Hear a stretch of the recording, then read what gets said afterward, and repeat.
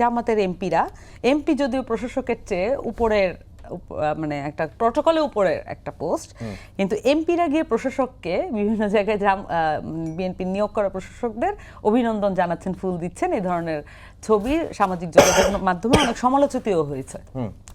কিন্তু কেন একজন এমপি, নির্বাচিত এমপি, একজন বসিয়ে দেওয়া প্রশাসককে তোয়াজ করতে বাধ্য হচ্ছেন, এইটার রহস্য উন্মোচিত হলো না।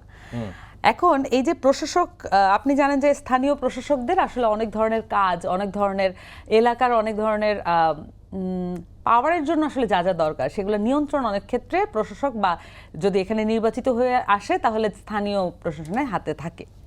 তাহলে আমাদের দাবি, বিরোধী দলের পক্ষ থেকে দাবি ছিল আপনি নির্বাচিত মানে সরকার গঠন করেছেন, আপনি স্থানীয় সরকার নির্বাচন দেন এবং প্রশাসকদের নিয়োগ করেন। সেই দাবিকে যদি আপহোল্ড করতে চাই আমি, তাহলে কি আমি এই অ্যাকশনে যেতে পারি কিনা, যে একজন বসিয়ে দেওয়া প্রশাসককে আমি ফুল দিয়ে শুভেচ্ছা জানাতে পারি কিনা? আমি তার সাথে একটা সৌজন্য মত বিনিময় করতে পারি, কিন্তু সেটা তো আমার পার্সোনালিটি বা আমার যে বিরোধী দলের যে আমি যে তার প্রতি সমালোচনা হচ্ছে সেটাকে মনে করিয়ে দিয়ে, সেটাকে তো আমি উৎসাহ দিয়ে আসলে বরণ করতে পারি না। এই জায়গাগুলোতে এরকম আরও ধরেন আমি আরও 20টা ঘটনা হয়তো বলতে পারবো, ঘটনা গুরুত্বপূর্ণ না এখানে।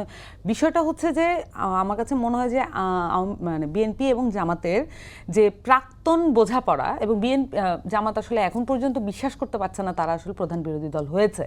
সো তাদের যে প্রাক্তন অ্যাটিটিউডগুলো এখনো কিছুটা প্রধান বিরোধী দল হয়েছে এটা জামাত বুঝতে পারতেছে না। এটা মানে এই আচরণগুলো, মানে এই যে ঘটনা, ধরেন আমি 2টা ঘটনা বললাম, চাইলে কি আরো ঘটনা উল্লেখ করা যায় না? এখন আমি যখন সবগুলো ঘটনা উল্লেখ করব তখন কি আসলে এটা মনে হয় যে এটা বিরোধী দল আসলে সংসদে যা আচরণ করছে সেটা প্রতিফলন ঘটছে কিনা?